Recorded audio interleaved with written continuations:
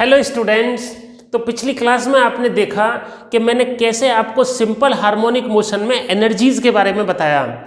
मैंने पहले आपको ग्राफ के बारे में बताया, उसके बाद एनर्जीज़ के बारे में बताया और इसके बाद हम एक एग्जाम्पल सिंपल हार्मोनिक मोशन का डिस्कस करने जा रहे हैं जो बहुत ही सिंपलेस्ट एग्जाम्पल है और वो सिंपल पेंडुलम है। तो स्टूडेंट्स, पिछले सिलेबस में इस बार इस चैप्टर में और वेव वाले चैप्टर में काफ़ी सिलेबस रिड्यूस हुआ है। हम कई तरह के एग्जाम्पल्स सिंपल हार्मोनिक मोशन के करते थे और हम ये भी प्रूव करते थे कि भाई गिवन मोशन हमारी सिंपल हार्मोनिक मोशन है कि नहीं है। लेकिन इस बार पेंडेमिक ईयर होने की वजह से सिलेबस रिड्यूस कर दिया है सीबीएसई ने, तो केवल एक ही एग्जाम्पल हमें सिंपल हार्मोनिक मोशन का डिस्कस करना है और वो है सिंपल पेंडुलम। अब स्टूडेंट्स, चाहे तो वो सिंपल पेंडुलम हो या कोई भी और मोशन हो, ठीक है, उसके एसएचएम होने की केवल और केवल एक ही कंडीशन होती है कि F is directly proportional to minus X. हम क्या देखते हैं कि हम ये देखते हैं कि कितने फोर्सेस बॉडी के ऊपर लग रहे हैं। अगर उन सब फोर्सेस का resultant directly proportional to negative of displacement है तो हमारा सिंपल हार्मोनिक मोशन वो प्रूव हो जाता है और उसके बाद हम उसका टाइम पीरियड कैलकुलेट कर लेते हैं। तो अब एक तो लीनियर, एक तो लाइन के अलोंग सिंपल हार्मोनिक मोशन हो सकती है और एक एंगुलर सिंपल हार्मोनिक मोशन हो सकती है। तो जो सिंपल पेंडुलम वाली मोशन है, this is an angular SHM. Angular SHM मतलब ये सर्कल में होती है और इसमें एक्स की जगह आता है थीटा और फोर्स की जगह आएगा टॉर्क। जैसे मान लो ये मेरा कोई सिंपल पेंडुलम का केस है और यहाँ से मैंने इसको डिस्प्लेस करके छोड़ दिया एक्सट्रीम पोजीशन में, तो क्या होगा, ये इस तरह से ऑसिलेट करेगा, ऐसे ऐसे ऑसिलेट करेगा। तो मेरे को ये प्रूव करना है कि ये जो सिंपल पेंडुलम का मोशन है ये सिंपल हार्मोनिक मोशन है। Oscillations of simple pendulum are simple harmonic. तो मैं जो आपको बार बार ये बताता आ रहा हूँ, F is directly proportional to minus X, और अगर एंगुलर है तो एंगुलर में फोर्स की जगह टॉर्क आ जाता है और लीनियर डिस्प्लेसमेंट की जगह एंगुलर डिस्प्लेसमेंट, ये मेरे को प्रूव करना है।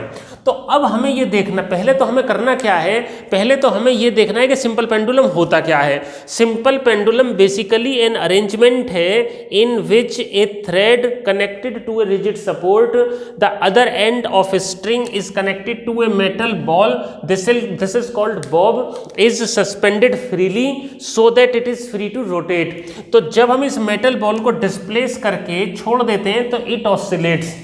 ये तो सिंपल पेंडुलम हो गया।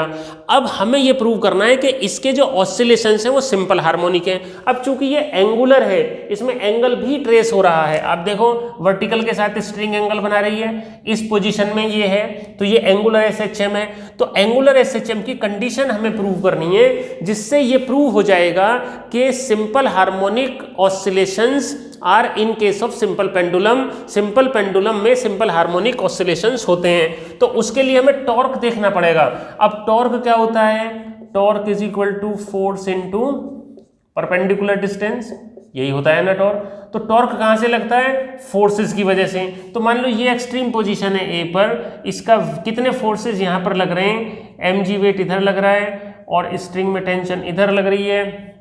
तो अपना ये एंगल भी हो गया थीटा, ये हो गया टी कॉस थीटा, और इसको रिजोल्व करेंगे, ये हो गया T sine theta. So students, आप ये देखिएगा, ऐसे ही हम क्या कर सकते हैं, इस एम जी को भी रिजोल्व कर सकते हैं। ये थीटा, ये हो गया एम जी कॉस थीटा और ये हो गया एम जी साइन थीटा। देखो इस टी को तो रिजोल्व करने का कोई फायदा नहीं है, क्योंकि अगर मैं ये कहूँ कि जो फोर्सेस लग रहे हैं वे एम जी डाउनवर्ड है, इसको रिजोल्व किया एम जी कॉस थीटा और एम जी साइन थीटा में, अगर इस टी को रिजोल्व भी ना करें हम टी कॉस थीटा और टी साइन थीटा में, तो यहाँ पर देखो कितने फोर्सेस लग रहे हैं। अगर मैं ये पॉइंट ऑफ सस्पेंशन है ओ के अबाउट इन फोर्सेस का टॉर्क ले देता हूँ, किसका, टी का, और एम जी कॉस थीटा का, तो जीरो हो जाएगा। क्यों, क्योंकि ये तो इसी के अबाउट ओ से पास हो रही है इनकी लाइन, तो और ये जो फोर्स है एम जी साइन थीटा, इसका टॉर्क बनेगा और स्ट्रिंग का लेंथ मान लो एल है, तो ये भी कितना होगा, एल। तो taking torque of all the forces about, taking torque of all the forces about O. So ये हो गया, एक तो हो गया मेरा m g sine theta into perpendicular distance L, ठीक है, ये है फाइन। अब ये चूंकि रेस्टोरिंग टॉर्क का काम करेगा तो मैंने यहाँ पे माइनस लगा दिया। देखो इसका तो 0 ही हो गया, mg cos थीटा, ठीक है, इंटू 0 परपेंडिकुलर डिस्टेंस, इस लाइन से तो इस फोर्स की 0 बनी ना, और मतलब ये ऐसे, ठीक है, और ये इसका भी 0 ही बन गया। तो टॉर्क मेरा आया माइनस mgl cos थीटा। मतलब जो फोर्सेस लग रहे थे ना, एक तो टेंशन इन द स्ट्रिंग था और mg को रिजोल्व किया mg cos theta mg sin theta में, तो केवल यहाँ पर जो टॉर्क बनेगा वो mg sin थीटा का बनेगा, क्योंकि mg sin थीटा ही इससे परपेंडिकुलर डिस्टेंस पर है। जो t और mg cos थीटा है उनकी लाइन o से पास हो रही है, तो उनका कोई टॉर्क नहीं बनेगा। So t is equal to minus mgl sin theta. अब फॉर स्मॉल ऑसिलेशंस की अगर हम बात करें, फॉर स्मॉल ऑसिलेशंस के लिए क्या होता है, साइन थीटा की वैल्यू थीटा के बराबर हो जाती है। So tau is equal to minus mgl theta. अब ये कांस्टेंट है तो tau is directly proportional to minus theta. So अब torque is directly proportional to, तो F is equal to minus kx वाली कंडीशन आ गई। और ये किसकी कंडीशन है, this is the condition of SHM. This is the condition of SHM. So oscillations of simple pendulum are simple harmonic. अब इसके बाद हम इसका टाइम पीरियड का फॉर्मूला निकालते हैं, वो होता है 2 pi under root inertia factor. General formula मैं आपको बता रहा हूँ, 2 pi under root inertia factor upon spring factor, ठीक है। So 2 pi under root inertia factor जो कांस्टेंट आता है उसको बोलते हैं इनर्शिया फैक्टर mgl, ठीक है, नहीं सॉरी, इनर्शिया फैक्टर होता है मास बेसिकली, लेकिन यहाँ मास की जगह क्या होगा, मोमेंट ऑफ इनर्शिया, तो ये हो गया ml², ये होगा मोमेंट ऑफ इनर्शिया, m मास का पार्टिकल l डिस्टेंस पर, और ये कांस्टेंट होता है स्प्रिंग फैक्टर mgl, l से l कट गया, ठीक है, m से m कट गया, तो टाइम पीरियड का फॉर्मूला आ गया 2 पाई अंडर रूट L/G। बहुत इंपॉर्टेंट रिलेशन है स्टूडेंट्स, एग्जाम में क्वेश्चंस पूछ लिया जाता है। एग्जाम में बोलते हैं कि भाई प्रूव करो oscillations of simple pendulum are simple harmonic and hence derive an expression for time period of simple pendulum. So time period of simple pendulum का फॉर्मूला हमारा आ गया T is equal to 2 pi under root L/G। बहुत important conclusion यहाँ से निकलेगा, देखो time period of simple pendulum does not depend on the mass of the body, body के मास पर डिपेंड नहीं करता। मान लो you are on a swing, आप झूला झूल रहे हैं और आपका फ्रेंड आपके पास आके बैठ जाता है, तो टाइम पीरियड पर कोई इफेक्ट नहीं पड़ेगा। Time period is directly proportional to the square root of length of the pendulum. L is the effective length, effective length मतलब पॉइंट ऑफ सस्पेंशन से सेंटर ऑफ बॉब तक का जो डिस्टेंस है, that is called the effective length. अब students क्या होता है कि इफेक्टिव लेंथ जो है ना, ये इफेक्टिव लेंथ जो है ये हमारी क्या होती है, पॉइंट ऑफ सस्पेंशन से सेंटर तक का, इसके स्क्वायर रूट के डायरेक्टली प्रोपोर्शनल है। मान लो आप स्विंग करते हुए एकदम खड़े हो जाते हैं, तो आपकी इफेक्टिव लेंथ कम हो गई, तो टाइम पीरियड कम हो जाएगा।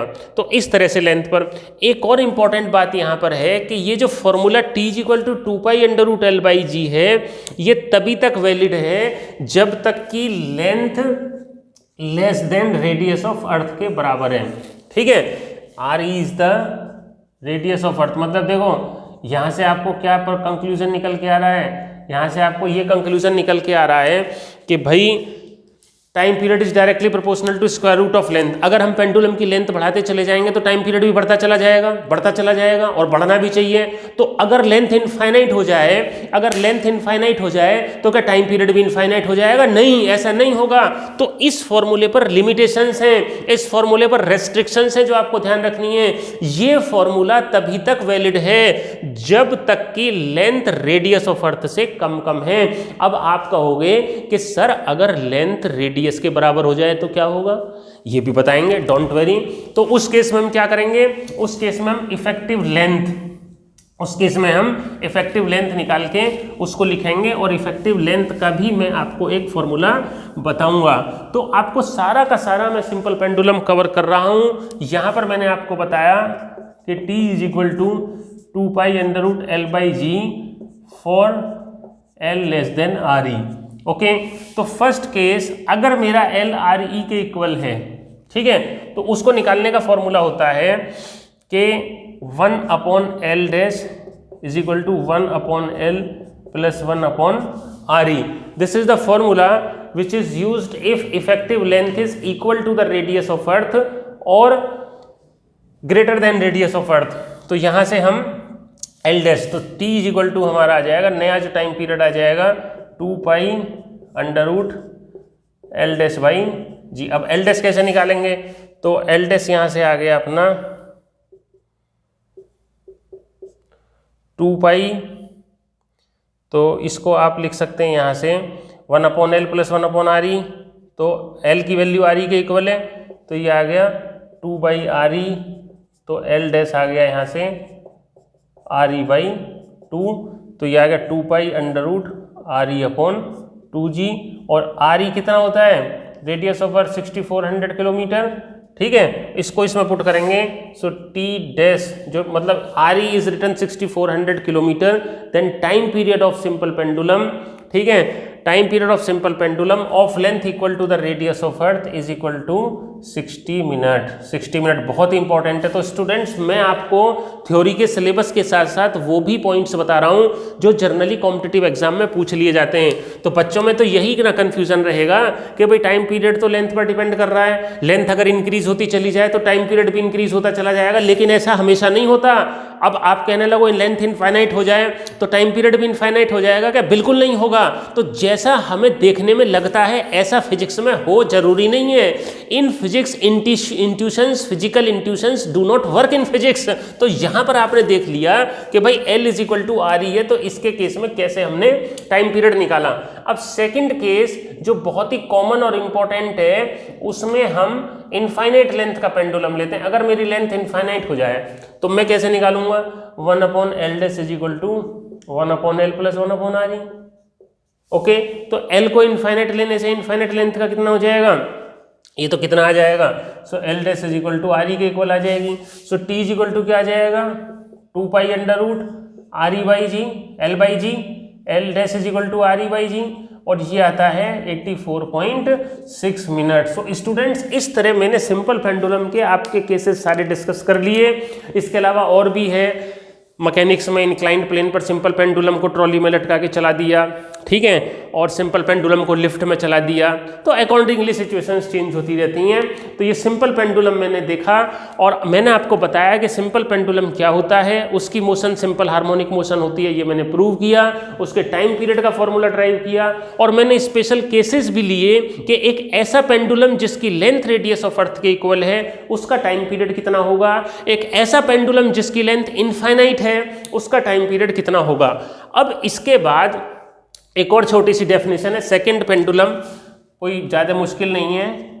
सेकंड पेंडुलम वो पेंडुलम होता है जिसका टाइम पीरियड 2 सेकंड होता है। तो टाइम पीरियड 2 सेकंड लेके इसकी लेंथ निकल के आती है 0.99 मीटर के आसपास, ये आप कैलकुलेट कर सकते हो। ओके स्टूडेंट्स, सिंपल पेंडुलम के बाद नेक्स्ट टॉपिक हम स्टार्ट करने जा रहे हैं स्प्रिंग। स्प्रिंग के बारे में आपने चैप्टर वर्क एनर्जी पावर में भी स्टूडेंट्स स्टडी किया होगा।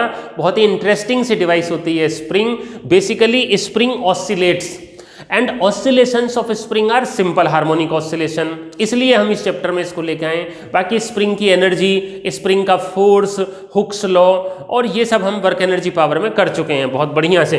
तो ऑसिलेशंस दो तरह से स्प्रिंग में हो सकते हैं, एक तो वर्टिकल स्प्रिंग अगर है या दूसरा हॉरिजॉन्टल स्प्रिंग है। तो स्टूडेंट्स पहले मैं वर्टिकल की बात करूं या हॉरिजॉन्टल की, चलो हॉरिजॉन्टल की बात कर लेते हैं। जैसे मान लो ये कोई स्प्रिंग है और इसका स्प्रिंग कांस्टेंट K है। इस K का मतलब क्या होता है, स्प्रिंग कांस्टेंट। K ये बताता है कि स्प्रिंग का नेचर कैसा है। अगर स्प्रिंग सॉफ्ट है तो K की वैल्यू स्मॉल होगी और अगर स्प्रिंग हार्ड है तो K की वैल्यू लार्ज होगी। M मास से कनेक्टेड है, हमने F फोर्स लगा के स्प्रिंग को स्ट्रेच कर दिया और छोड़ दिया तो रिली ऐसे ऐसे करेगी। क्यों? क्योंकि एक्सटर्नल फोर्स जैसे ही हम लगाएंगे स्प्रिंग में स्प्रिंग फोर्स बिल्डअप हो जाएगा। Fs is equal to -kx। अब आप ये देखो Fs is directly proportional to -x, तो ये तो किसकी कंडीशन है, this is the condition of simple harmonic motion. So oscillations of spring are simple harmonic. और मैंने आपको पहले बता दिया कि K जो कांस्टेंट यहां पर है that is m omega square. K constant is equal to m omega square, तो ओमेगा कितना आ गया under root k by M, और omega is equal to 2 pi by T, so t is equal to 2 pi under root m by K. बहुत important relation है students, इसका भी practical हमारे सिलेबस में है। टाइम पीरियड ऑफ स्प्रिंग होता है t is equal to 2 pi under root m by K, time period of spring t is equal to 2 pi under root m by K. एक special case है जिसको बोलते हैं system of reduced मास। अगर m1 m2 masses के दो block spring से connect हैं, इफ दे आर कंप्रेस्ड और stressed and then released and allowed to oscillate, then time period 2 pi under root mu by K. यहाँ पर total mass m1 plus m2 लेने के बजाय m1 m2 upon m1 plus m2 लिया जाएगा। This is called the system of reduced mass. Okay students, इसके बाद मैं वर्टिकल स्प्रिंग को डिस्कस करता हूँ। वर्टिकल में भी सिंपल होता है, एक स्प्रिंग नेचुरली लटकी हुई है नेचुरल लेंथ में, m मास लटकाया तो वेट की वजह से कुछ स्ट्रेच हुई, फोर्स लगा के रिलीज किया तो ऑसिलेट करेगी। Spring force Fs is equal to minus K Y, so Fs is directly proportional to minus y. This is the condition of SHM. So oscillations are simple harmonic. Time period t is equal to 2 pi under root m by के।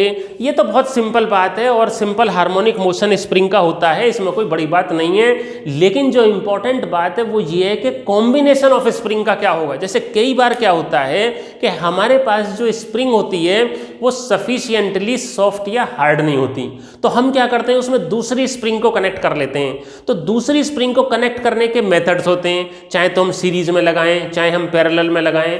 तो ऐसे condition में combination of springs में, series combination, parallel combination में spring constant को कैसे calculate किया जा सकता है ये हम देखेंगे। तो पहले केस में मैंने दो स्प्रिंग्स को ऐसे पैरेलल में कैलकुलेट किया, कनेक्ट किया हुआ है इस तरह से आप देखें, और उसके बाद m मास का ब्लॉक लटका दिया और ये mg फोर्स यहाँ पे लग रही है। ओके, और दूसरे केस में मैंने सीरीज में एक स्प्रिंग, फिर दूसरी स्प्रिंग और फिर m मास का ब्लॉक लटका दिया, इस पे mg फोर्स लग रही है F, ये भी F। ओके, और थर्ड केस में भी स्प्रिंग ब्लॉक स्प्रिंग, ठीक है, इस तरह से मैंने कनेक्ट कर दिया। एक दो स्प्रिंग है, एक का स्प्रिंग कांस्टेंट K, दूसरे का K2, K1 K2 K1 K2। So students यहाँ क्या है, F सेम है। F सेम मतलब क्या है, F लटकाया, K1 K2 अलग अलग है, तो एक ही लेवल है, जो इनका सपोर्ट है वो भी सेम लेवल है और जो लोअर एंड है वो भी सेम पॉइंट से कनेक्टेड है। तो इसमें y हमारा रहेगा सेम इलोंगेशन। तो इसमें मान लो y1 है माइनस F अपॉन K1 और इसमें है y2, इसमें कितना हो जाएगा, तो टोटल हो गया ना। इसमें y अगर हमारा सेम रहेगा तो y सेम रहेगा लेकिन F1 F2 अलग हो जाएगा, ठीक है। तो इसका हो गया F1 is equal to minus K1 y, ठीक है, और इसका हो गया F2 is equal to minus K2 y। Okay, तो अब इसमें आप देखिएगा, तो अब y इज इक्वल टू